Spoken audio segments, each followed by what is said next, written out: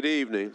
I'd like to welcome everyone to our Tuesday, June 9th City of Little Rock Board of Directors Agenda Meeting. I want to welcome those that are here in attendance as well as those watching and streaming online. We'll start off with a presentation from the Little Rock Zoo. Ms. Susan Altrui.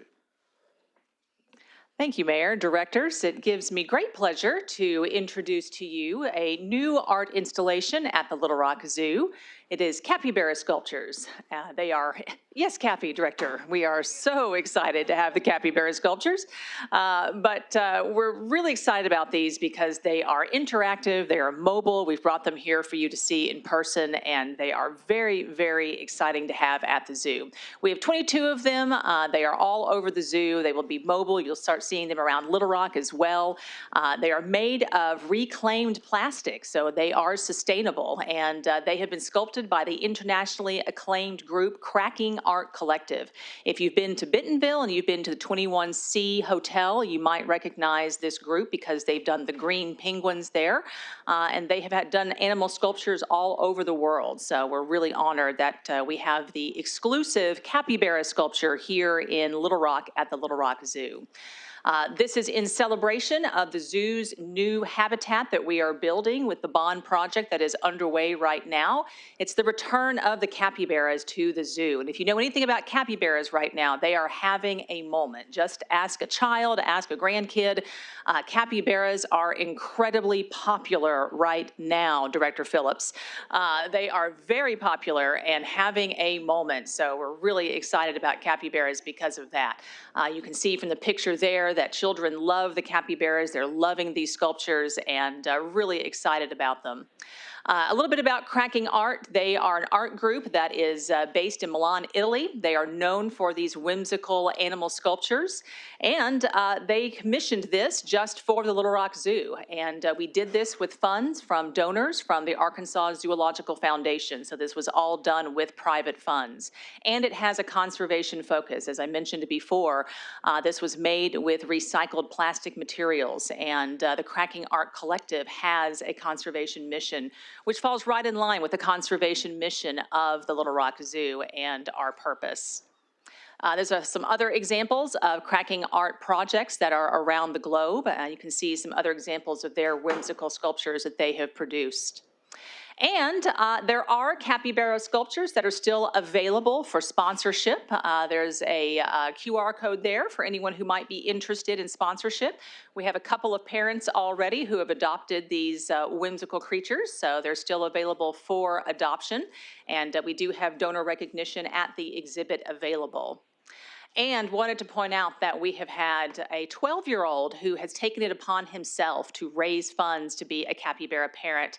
And Jackson has already raised $2,400 towards the sponsorship of a capybara, which we think is just incredible that a child has taken it upon himself out of the love of capybaras to do this for the Little Rock Zoo and to bring these donations. He loves capybaras that much. So if you want to support Jackson and his efforts to raise funds for the Little Rock Zoo and for capybaras, there is a QR code made available there.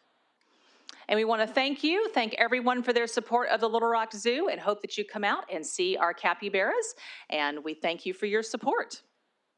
Susan, thank you so much for your leadership and all that you and your team are doing. We're grateful. Let's give her a round of applause. Thank you, Mayor.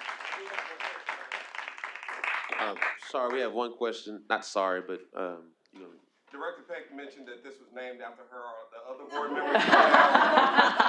They are available for an adoption of a small fee if you would like one named after you, Director. Absolutely. Any other questions?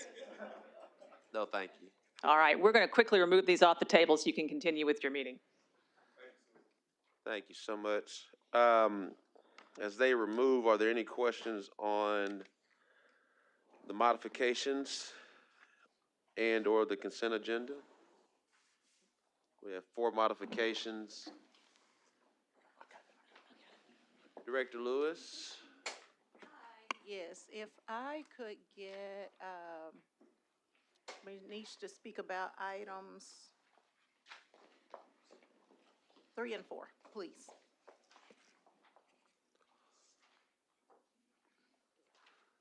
It will be much appreciated. So excited about these projects. Good evening. So item 3 is the Boyd Street project from 43rd to 44th. It's a targeted community development project, which it's the last of the 4 projects in the John Barrow neighborhood.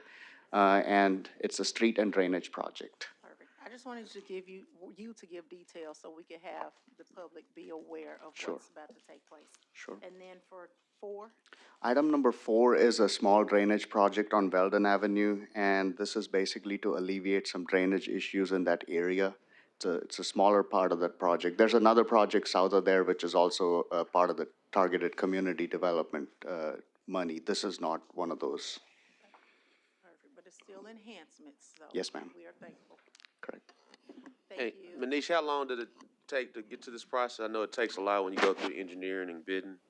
So each one of these projects takes several months to design, and once we have the project designed, we have to advertise it for a certain amount of time, minimum 3 weeks, and then we have to get it on the board agenda to get it approved. So from the time it's designed, it takes at least 3 to 4 months by the time contracts are signed for construction.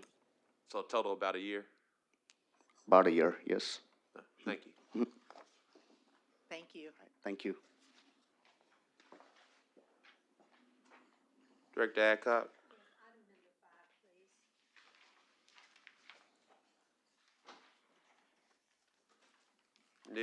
Nicholas?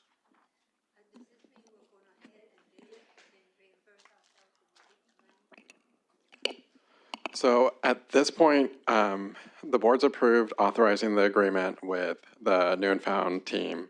And so what we're doing is if we then proceed with as it's currently structured, which we'll update the board as we're going through the process, but this allows us to begin potentially reimbursing ourselves from future bond proceeds if we do the construction and the design work for this project. But at this point, it really would be figuring out the true cost of the project through design and that work. That's really what would be initiated right Approximately, now. what is the cost of the project? So the current estimated project cost is about $25 million.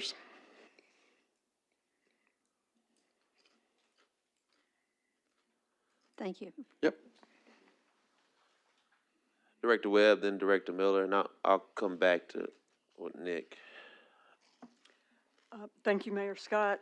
On M3, could we get a little bit more of an explanation than is on than's in the resolution and the board communication? Either Nick or, yeah, let's go with Nick. So this is tied to the rate study that was approved by the board and the rate increases for the solid waste utility in December that the board approved, effective February 1st. As part of that rate study included the acquisition of $17 million in vehicles and equipment over the next 2 years. And so what this resolution does is expresses our intent. There's supposed to be some companion items with it for the purchase of actual vehicles on the agenda. And so because we would be using tax exempt money, we need to have that stated intent of our intent to reimburse ourselves.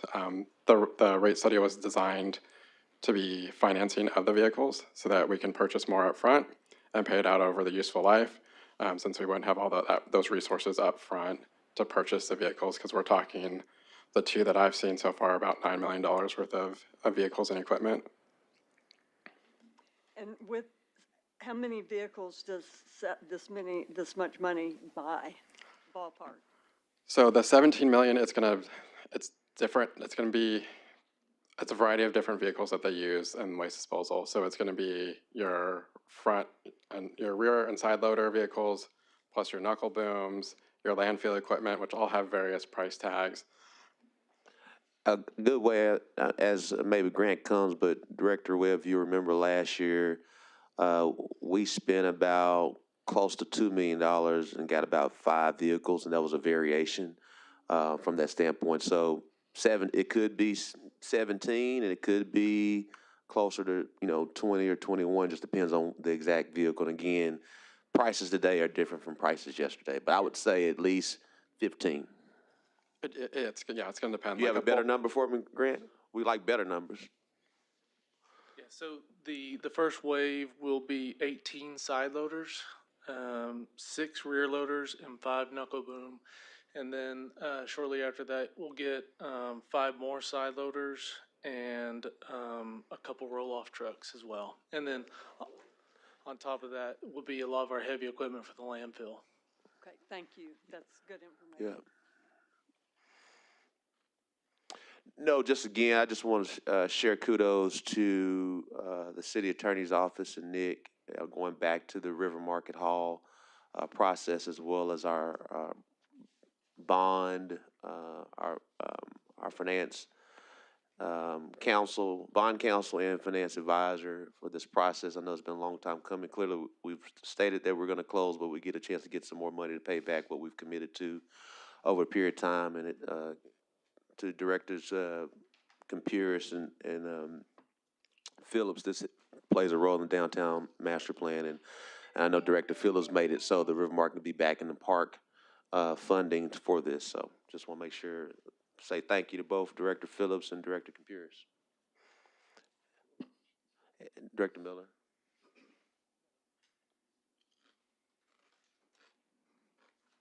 Thanks, Mayor. And Nick, you're on number 5, so I wanted to stay with that. You estimated that the cost to the city could be up to $25 million. This resolution talks about going up to $20 million. Where's the $5 million gap? Yeah, so the total project cost is estimated to be 25. The city's portion, as it currently stands, is 20, and the developer would kick in the $5 million for tenant improvements and things like that at the. And make sure we clarify the city's portions, LRCVB and the city of Little Rock. Correct. Okay, so that's the 20. And Yes. then this $5 million, It's from the developer. The Will kick in developer. for tenant improvements. and can somebody give me a Reader's Digest overview of this comprehensive development agreement? What is it? I hadn't seen that, and I don't know if I want to see it, but I'd love to know what's in it, since the MOU makes reference to it, and we're getting ready to execute it, right? Or it has been executed already. So we'll let Nick start, and then we'll go to Director Pierce. Okay. So the development agreement, I wish he was here. Tom worked on a lot of the fine details about the development agreement along with Director Compuris with New and Found. So basically it lays out the process for the redevelopment. And so there's numerous outs throughout the process. But the first thing we have to do is we have to begin the process of designing and developing the full scope of the project. And so that would be the first phase that they would be doing. The contract hasn't been fully executed as of this point. That is why this resolution is on the agenda, because that needs to occur before the contract is fully executed. And so they're going to start with the design to figure out the full scope, the full cost of the project. Once we have the full cost of the project, if it comes back and they say it's $50 million, just as an example, we would bring that before the board. The board could say, no, there's no way I want to do that. And we could say either we want to have them value engineer it down to what's that the board's acceptable with, or we can say, we appreciate this, we're going to walk away. If we do that, then we can't do anything to redevelop the site for 2 years, I believe is the number of years I think we put in there, because they would have done the design and they would have, with their design scope that they've done, we of course would have to pay them for the scope of work that they've completed through that point. If it comes back, the board says go ahead, then we would proceed through construction and development of the site based on that proposed scope and working with the developer to get the site open, operating, and running. I think the timeline is about 2 years, give or take. Year and a half. To get it all complete. How much do we owe them right now for the scope of work they've done so far? Right now, we don't owe them for anything because we haven't signed that agreement. Okay. We're nothing. Director Pierce, you can take the remaining portion. Nick did a great job. There are several layers we go through, and actually it's the city manager, if we get to one point, that can sign off on the next layer. But the first layer is getting the design and get a cost estimate. If the city manager says, after talking to the mayor, that we're okay, then we go to the next phase. But we're going step by step so that we don't get into this too deep and then can't get out. So the first thing they're gonna do in St. Louis is get the cost and give us how much money it's gonna cost. If it looks okay, the mayor and the city manager will say, proceed, and we'll proceed. Their $5 million, if I understand it correctly, comes in towards the end, but they've committed $5 million to this. And then The 5 million comes in first, last. last. They're going to It be doing comes in, 10. but once you start, it doesn't mean it comes first or last, because it comes in because what they can pay for and what we can pay for differ. They can pay for we can pay for hard costs that they can't pay for, and vice versa. So the way that y'all have got it figured out, if I understand all that, is that we pay for what we pay for, legally we can pay for, and what they pay for. They'll pay for a booth, they'll pay for the building of the booth, the refrigerator, all those sort of things that go along with it that you need in there. We're paying for the building and the repair and the expansion and closing in the pavilions and those sort of things. And Tom and his legal staff, as the mayor said, has done a great job of differentiating what we can put money into and what they can put money into. So.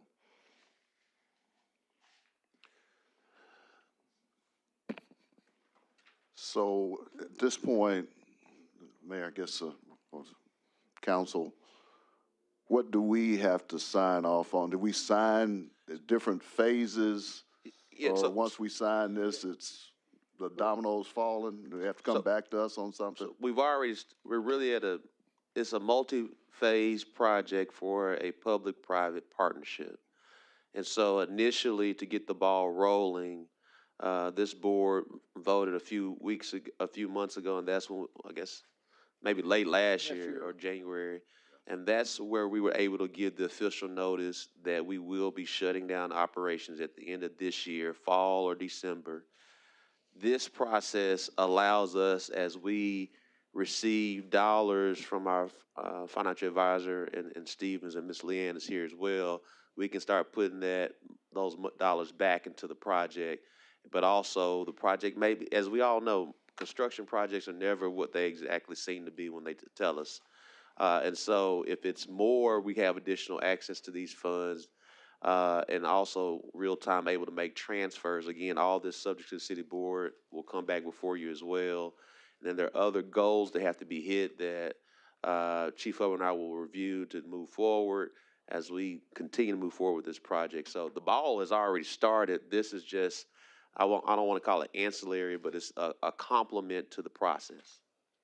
It is, if you don't mind me. Yes, sir. It is saying we're committed, but we're not committed to $25 million. We're committed to a smaller amount, and when we get to that point, that's when those two say, it looks like we're good, the numbers look good, what we want to do is good, let's move ahead.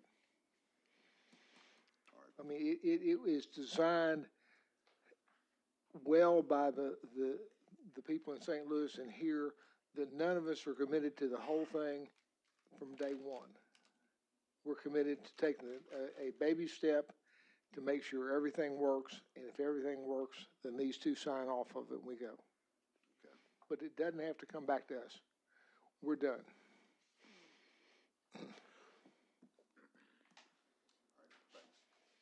Leanne, you want to add anything? You good? All right. And Joseph, you got any questions, just ask the detailed questions of Nick and he'll explain it to you.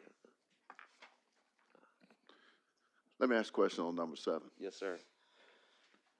How unusual is it for us to decide a contract with a coin flip? I mean, is that something that happened? I guess, okay. It happens maybe twice a year. Twice a year. So since I've been here, it's happened twice. How long you been here? 2 years. Okay. So the person or the company that got the contract, that has had the contract before? That is correct. Well, they've done work for parks before. They also were awarded a prior contract for other sites as part of a different bid most recently. So the people that lost the contract by coin flip, have they done business with the city before? Yeah, they do the median mowings for Polk Works, Hope Lawn Care. I mean, because it just could make people unsure about a process that involves a coin flip. And so tell me, who witnesses this coin flip? Where does it take place?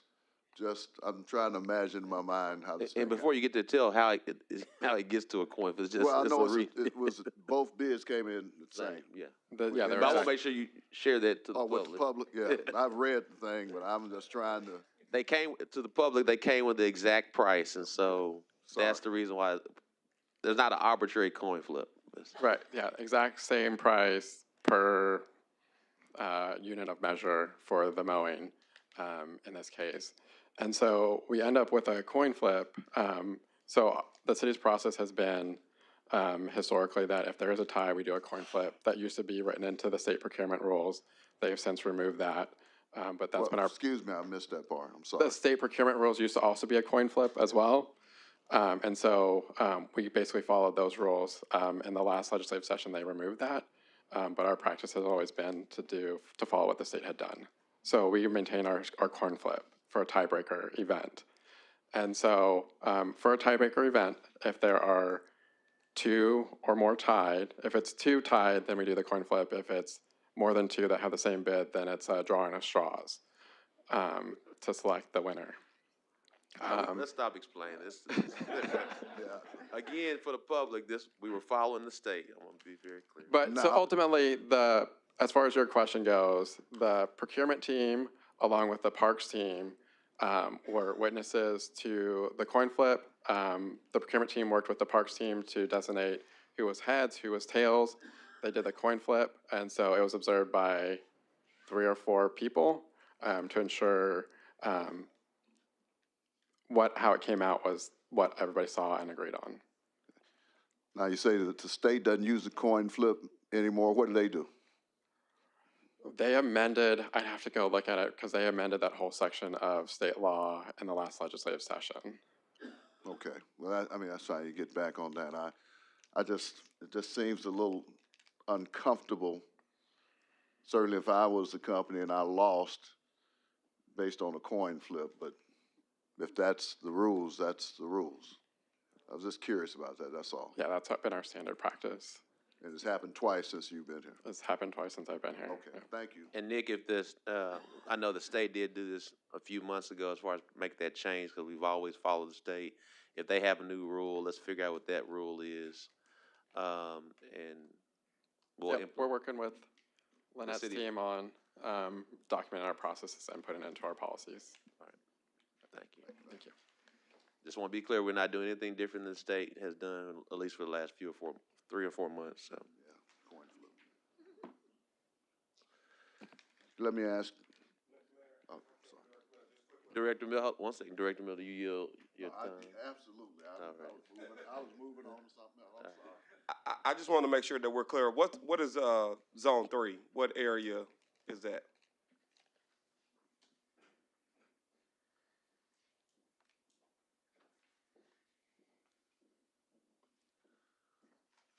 You're making it very dramatic. I'm not trying to. Good evening, board. I think Director Adcock asked me this last time for the last zone, so I can just name off the parks real quick if that's helpful.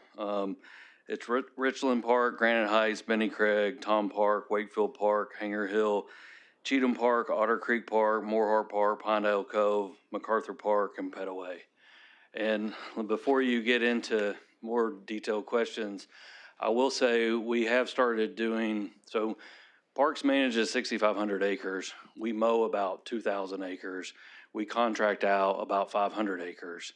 And so what we do is we actually look at areas that are high use, and we can contract that out and have that on a weekly turn.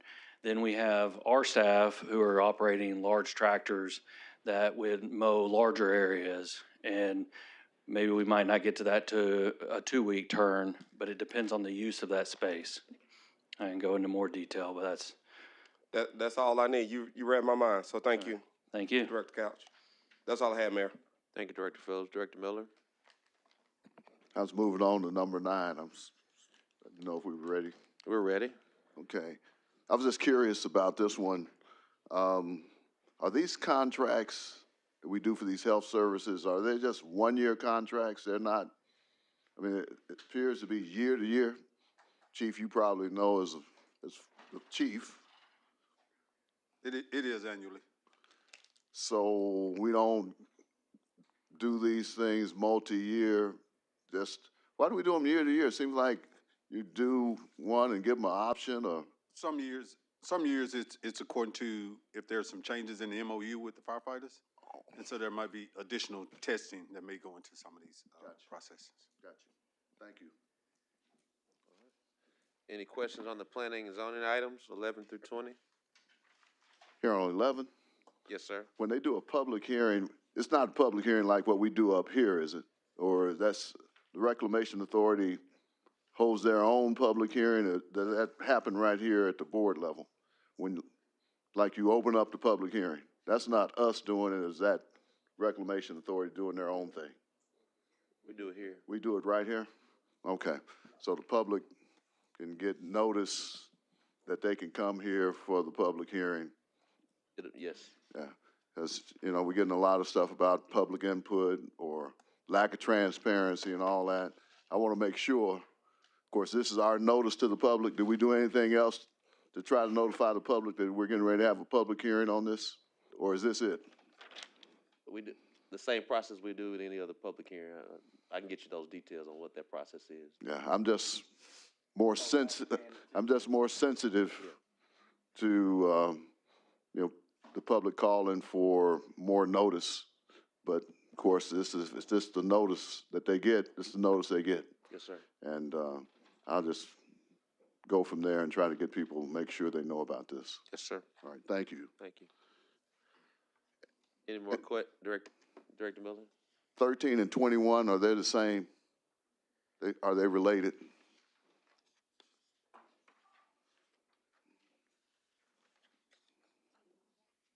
Yes, sir. Number 13 is related. I got an old agenda. It's been updated. It's not? Okay. What Yes, number? It's the land use, it's LU 260901, which is number 13. That goes to number 20, or number, excuse me. They all get moved down one. Yep, 11's 12. that goes to number 21, So, Z10295. which goes with which now? On here, if it was 11 on here, it's now 12. Yeah. Okay. What's on the Okay. No, I'm fine. I just look at what's online. I don't update it. That's fine. But that's the same. Yes, sir. It's a land use amendment related to the redesign. What's online? It's fine. It's fine. Director Peck? Let's see, the numbers have changed, but looks sort of the same thing. I think I know it is. Is it the athletic club purchasing that property? Well, in the paper copy, it's 11 and 19. 12. Okay, so 12 and, look at it on here. Okay, thank you, Lance. Yes, it's number 12. Is Yes, that so pertaining to- so the R2 to AF, that is for the athletic club. Okay.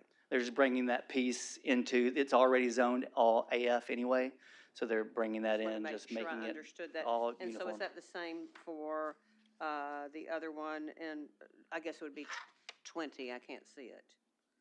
19 on the paper, but 20? Yes, number That's 20. slightly Yep. different. Z1, parcel? 10293, Mm-hmm. yeah, Same thing? same thing. Okay. Yep. Thank you.